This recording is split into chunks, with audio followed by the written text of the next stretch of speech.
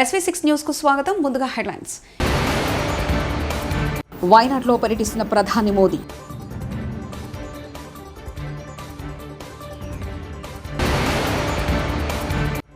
అమెరికాలో మరో యూనివర్సిటీలో సీఎం రేవంత్ ఒప్పందం.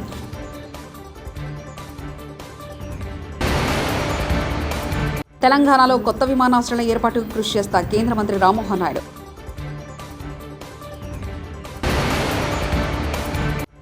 ఆంధ్రప్రదేశ్లో పంచాయతీలకు మంచి రోజులు వచ్చాయి. జనసేన ప్రధాన కార్యదర్శి శ్రీ నాగబాబు. ప్రకృతి సృష్టించిన బీభత్స కారణంగా వయనాడ్ జిల్లాలోని పలు ప్రాంతాల్లో భారీగా కొండచర్యలు విరిగిపడ్డాయి. ఈ నేపథ్యంలో ఆయా ప్రాంతాల్లో ప్రధాని నరేంద్ర మోదీ శనివారం ఏరియల్ సర్వే ద్వారా వీక్షించారు. తీవ్రంగా దెబ్బతిన్న పుంచిరి మట్టం, ముండక్కైతో పాటు చురుమాల ప్రాంతాల్లో ఆయన పరిశీలించారు. ఈ పర్యటనలో ప్రధాని మోదీ వెంట కేరళ సీఎం పినరయి విజయన్, కేరళ గవర్నర్ ఆరిఫ్ మహమ్మద్ ఖాన్, కేంద్ర పర్యాటక, పెట్రోలియం, సహజ వాయువుల శాఖల సహాయ మంత్రి సురేష్ గోపి తదితరులు పాల్గొన్నారు. తెలంగాణకు పెట్టుబడుల వెలువ కొనసాగుతుంది. రాష్ట్ర ముఖ్యమంత్రి రేవంత్ రెడ్డి అమెరికా పర్యటన విజయవంతంగా కొనసాగుతుంది. తెలంగాణలో పెట్టుబడులు పెట్టేందుకు అమెరికాలోని బడా కంపెనీలతో ప్రభుత్వం ఒప్పందం కుదుర్చుకుంది. ఇప్పటివరకు మొత్తం 11 కంపెనీలు తెలంగాణలో పెట్టుబడులు పెట్టేందుకు ముందుకొచ్చాయి. మరిన్ని కంపెనీలు పెట్టుబడులు పెట్టేందుకు ఆసక్తి చూపుతున్నాయి. తెలంగాణలో భారీ పెట్టుబడులే లక్ష్యంగా CM Revanth Reddy America tour విజయవంతంగా కొనసాగుతుంది. యుఎస్లోని ప్రముఖ కంపెనీల అధినేతలు, ప్రతినిధులతో రేవంత్ రెడ్డి బృందం వరుసగా సమావేశాలు నిర్వహిస్తూ ఒప్పందాలు కుదుర్చుకుంటుంది. తెలంగాణలో నూతన విమానాశ్రయాల ఏర్పాటు పరిశీలనలో ఉందని, దానిపై తగిన నిర్ణయం తీసుకుంటానని కేంద్ర పౌర విమానయాన మంత్రి రామ్మోహన్ నాయుడు తెలిపారు. ఏవియేషన్ సెక్యూరిటీ కల్చరల్ వీక్ను శంషాబాద్ అంతర్జాతీయ విమానాశ్రయంలో నిర్వహించారు. ఈ కార్యక్రమంలో ముఖ్య అతిథిగా రామ్మోహన్ నాయుడు పాల్గొన్నారు. అనంతరం మీడియాతో మాట్లాడిన ఆయన, చంద్రబాబు దురదృష్టి వల్లే నేడు జాతీయ స్థాయిలో శంషాబాద్ విమానాశ్రయం 4వ స్థానంలో ఉందన్నారు. అంతర్జాతీయ స్థాయి ప్రమాణాలతో విమానాశ్రయంలో భద్రత నిర్వహిస్తున్నట్లు వెల్లడించారు. విమానాశ్రయంలో తనిఖీలు, భద్రత పట్ల ప్రయాణికులు సైతం అవగాహన కలిగి ఉండి సిబ్బందికి సహకరించాలని కేంద్ర మంత్రి కోరారు. గతంలో కూడా చూసాం, ఎటువంటి సంఘటనలు ఎటువంటి వచ్చినా సరే భారతదేశంలో మాకున్నటువంటి బీకాస్ సంస్థ ద్వారా సెక్యూరిటీ మెజర్స్లో ఎక్కడ ఎటువంటి లోపాలు లేకుండా బలమైనటువంటి చట్టాలతో, బలమైనటువంటి సెక్యూరిటీ మెజర్స్తో ఎప్పుడు కూడా సెక్యూరిటీని మన భారతదేశంలో ప్రపంచ స్థాయిలోనే ఒక ఉన్నతంగా మెయింటైన్ చేయడానికి మనం అందరం కూడా కృషి చేస్తూ ముందుకు వచ్చాం. అయితే పబ్లిక్లో కూడా అవేర్నెస్ క్రియేట్ చేయాలి. ఎయిర్పోర్ట్స్కి వచ్చినప్పుడు కానీ, ప్లేన్స్ బోర్డ్ అయ్యేటప్పుడు కానీ ఏ సెక్యూరిటీ మెజర్స్ ఉన్నాయి, ఏవేవి పాటించాలి. అలాగే మేము కూడా అడ్వైస్ చేస్తున్నాం. మా తరపున సెక్యూరిటీ సిబ్బంది కూడా ఎవరైతే ఉంటారో సిఐఎఫ్ కానీ, వాళ్ళు కూడా వచ్చే ప్యాసింజర్స్తో ఏ రకంగా బిహేవ్ చేయాలి, అందరూ కూడా కలిసి ఒక పాజిటివ్ ఎన్వైర్న్మెంట్ ఎయిర్పోర్ట్స్లో కానీ, ఏవియేషన్లో కానీ ఏ రకంగా క్రియేట్ చేయాలనేది దాని మీద ప్రత్యేకంగా ఈ యొక్క కల్చర్ వీక్లో ఎన్నో దగ్గరలో చర్చించడం జరుగుతుంది. దేశ స్థాయిలో వివిధ ఎయిర్పోర్టుల్లో కార్యక్రమాలు కూడా దీని గురించి జరిపారు. చాలామంది ముఖ్యమంత్రులు కూడా ఆ కార్యక్రమాల్లో హాజరయ్యారు. రాష్ట్ర ప్రభుత్వాల తరపున మరి ఎమ్మెల్యేలు కానీ, ఎంపీలు కానీ అందరూ కూడా ఈ యొక్క కల్చర్ వీక్లో చాలా ఉత్సాహంగా పార్టిసిపేట్ చేసి దీన్ని విజయవంతం చేశారు. దానికోసం ప్రత్యేకంగా అందరికీ కూడా అభినందనలు తెలియజేస్తున్నాను. అలాగే మా సివిల్ ఏవియేషన్ సెక్యూరిటీ కల్చర్ వీక్కి మరి అమిత్ షా గారు కూడా ప్రత్యేకంగా అభినందనలు కూడా తెలియజేయడం జరిగింది. మరి ఈ రకంగా వాళ్ళందరికీ కూడా మరొకసారి నా తాలూకా ధన్యవాదాలు తెలియజేసుకుంటూ, మరి నరేంద్ర మోదీ గారు కూడా ఒక పెద్ద కార్యక్రమాన్ని దేశ స్థాయిలో విప్లవంగా ముందుకు నడిపించడం జరుగుతుంది. అది ఏక్ పేడ్ మాకే నామని, మన తల్లి పేరు మీద ఒక చెట్టుని నాటేటటువంటి కార్యక్రమం నరేంద్ర మోదీ గారు ప్రారంభించి సెప్టెంబర్లోగా 80 కోట్ల ట్రీస్ని ప్లాన్ చేయాలి, చెట్లు నాటాలని చెప్పి ఆయన కూడా ఒక సంకల్పంతో ముందుకు వచ్చారు. సో దేశ ప్రజలందరికీ కూడా మరి ప్రధానమంత్రి గారి తరపున, కేంద్ర ప్రభుత్వం తరపున నేను కోరుతున్నాను, చెట్టు నాటడం కంటే మరి మంచి కార్యక్రమం ఇంకేది కూడా ఉండదు. కాబట్టి ప్రతి ఒక్కరూ కూడా తల్లి మీద ఉన్నటువంటి ప్రేమని, ఒక మంచి సందర్భాన్ని మీరందరూ కూడా ఎంచుకొని ఒక మంచి చెట్టుని నాటి సమాజంలో మన తాలూకా భూమిని కూడా మంచి వాతావరణం క్రియేట్ చేయడానికి మీరందరూ కూడా సహకరించాలని కూడా ఈ సందర్భంగా తెలియజేసుకుంటున్నాను. అలాగే హైదరాబాద్ ఎయిర్పోర్ట్ ఈరోజు మనం చూసుకుంటే దేశంలో 4వ పెద్ద ఎయిర్పోర్ట్. దీనికి పునాది మరి నారా చంద్రబాబు నాయుడు గారు 2000లో నాటడం జరిగింది.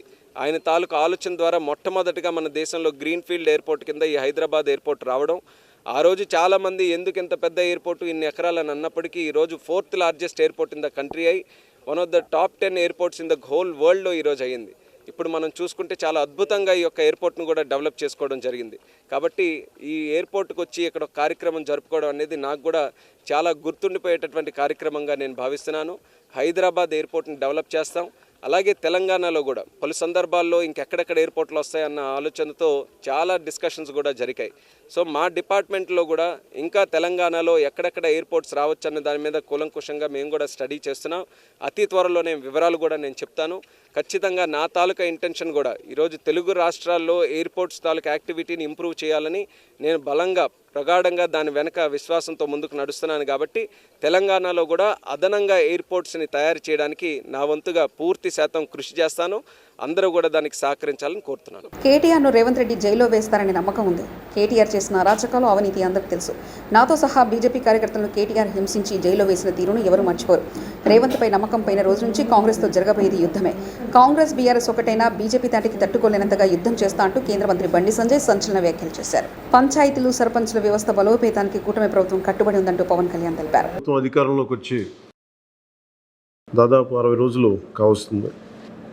నేను పంచాయతీరాజ్ శాఖ, అటవీ శాఖ బాధ్యతలు స్వీకరించిన తర్వాత పంచాయతీ శాఖకు సంబంధించి చాలా రివ్యూలు చేశాం.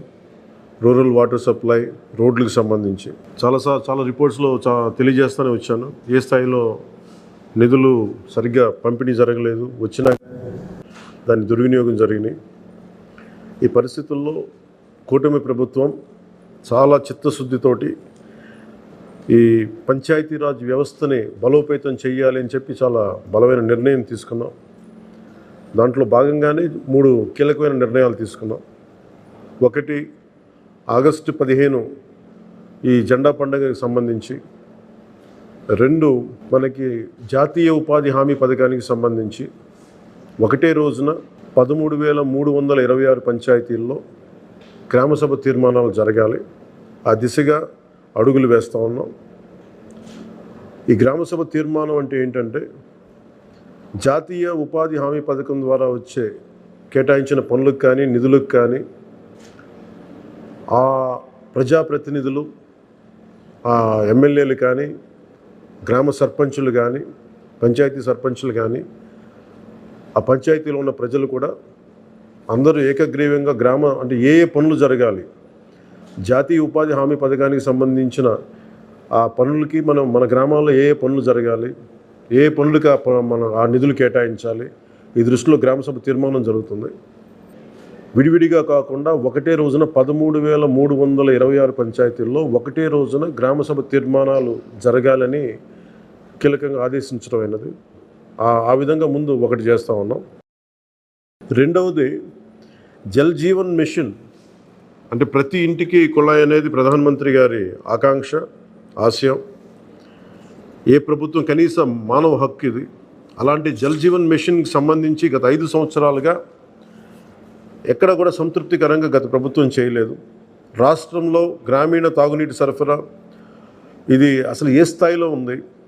ఉదాహరణకి జల్ జీవన్ మిషన్ కింద ఒక దాదాపు 27,000 కోట్లు ఖర్చు చేయాల్సి వస్తే గత ప్రభుత్వం 4,000 కోట్లే ఖర్చు చేస్తుంది.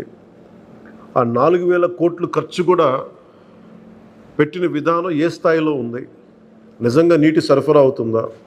ఉదాహరణకి చాలామంది ఎమ్మెల్యేలు అందరూ కూడా నా దృష్టికి తీసుకొచ్చినా కూడా నాకు వాళ్ళు ఇచ్చే ఈ పిటిషన్స్ కానీ ఇవన్నీ కూడా ఏం తెలియజేస్తున్నాయంటే, పంచాయతీల్లో కానీ గ్రామాల్లో కానీ జేజే మిషన్ కింద పైప్ లైన్లు వేశారు, కానీ దానికి ఆ నీటి సరఫరా ఉండే ఇది లేదు, దానికి వాటర్ సోర్స్ లేకుండా పైప్ వేసి వెళ్ళిపోయారు.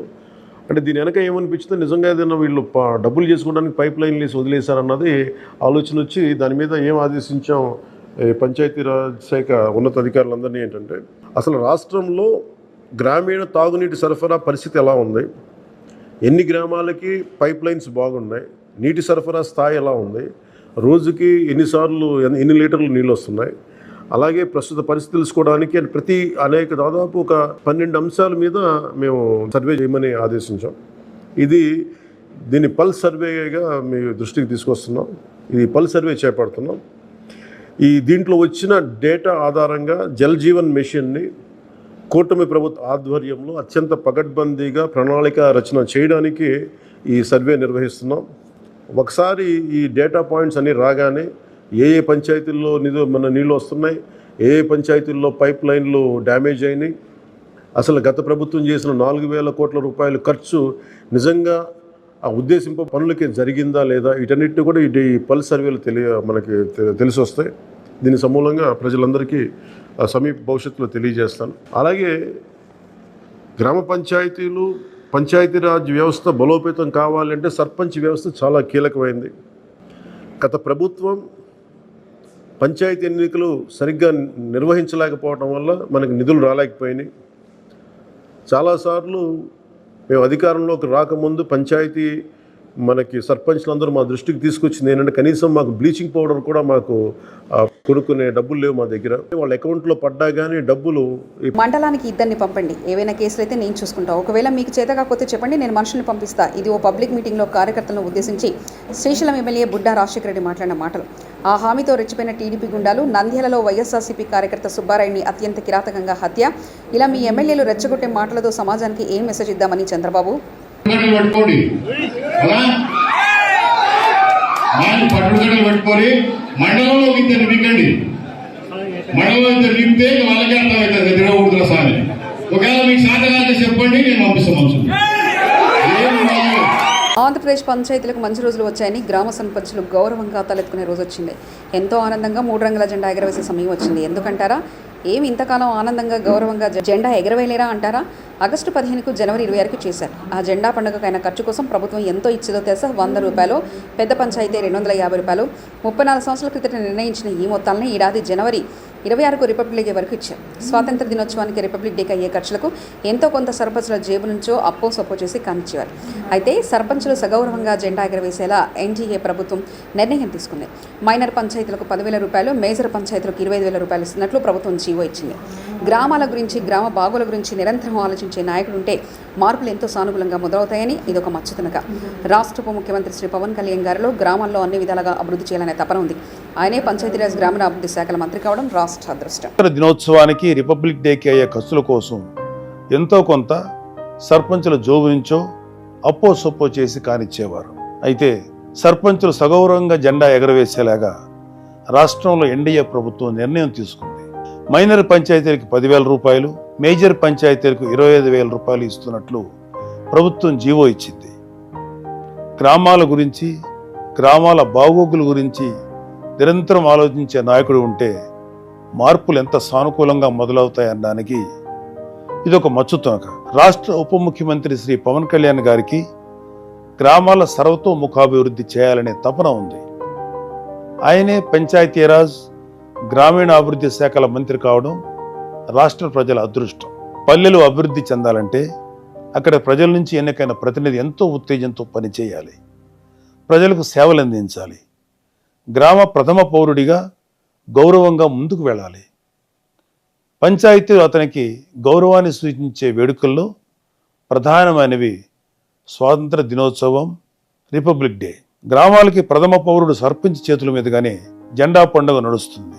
ఆ వేడుక చేసేటప్పుడు అతను ఏ దశలోనూ ఇబ్బంది పడకూడదు. ఊరంతా ఆ వేడుకలో భాగమై మన మువ్వన్నెల జెండాకు వందనం చేయాలని శ్రీ పవన్ కళ్యాణ్ గారు భావించారు. కొద్ది రోజుల కిందట సర్పంచులు రాష్ట్ర ఉప ముఖ్యమంత్రి గారిని కలిశారు.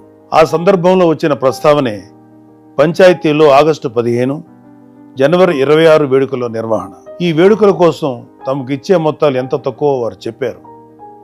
తక్షణమే అధికారులతో మాట్లాడి వివరాలు పరిశీలించారు. 34 ఏళ్ల నాడు నిర్ణయించిన మొత్తాలను ఇవ్వడం భావ్యం కాదని భావించి ఇప్పటి అవసరాలకు అనుగుణంగా 10,000, 25,000 ఇవ్వాలని నిర్ణయం తీసుకున్నారు. శ్రీ పవన్ కళ్యాణ్ గారు తీసుకున్న ఈ నిర్ణయం సహేతుకమైనది. పల్లెల్లో నేటి తరానికి, రేపటి పౌరులకు స్వాతంత్ర దినోత్సవ ప్రాధాన్యం, విశిష్టత తెలియాలంటే 15 ఆగస్టు పండగకు ముందు నుంచే గ్రామాల్లో, అక్కడ పాఠశాలల్లో ఒక ఉత్సవ ఏర్పాట్ల హంగామా ఉండాలి. అందుకోసమే విద్యార్థులకు వ్యాసరచన, క్విజ్, డిబేట్ లాంటి పోటీలు, ఆటల పోటీలను పంచాయతీల ఆధ్వర్యంలో చేపట్టమని చెప్పారు. ఇలా చేయడం ద్వారా విద్యార్థుల్లో ఆరోగ్యకరమైన పోటీతత్వం, మన దేశం కోసం పోరాడిన స్వాతంత్ర సమరయోధుల త్యాగాలు తెలుస్తాయి. అలాగే పంచాయతీల ఆధ్వర్యంలో ఈ పోటీలు నడుస్తున్నాయంటే వాళ్ళకి స్థానిక సంస్థలు అంటే ఏంటి, పంచాయతీలు ఎలా ఉంటాయో తెలుసుకోవాలనే కుతూహలం మొదలవుతుంది. క్రమంగా వాళ్ళకి వయనాడ్లో పర్యటిస్తున్న ప్రధాని మోదీ.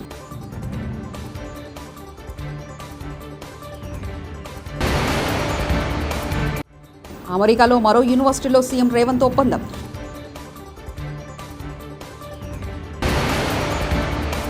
తెలంగాణలో కొత్త విమానాశ్రయాల ఏర్పాటుకు కృషి చేస్తా కేంద్ర మంత్రి రామ్మోహన్ నాయుడు.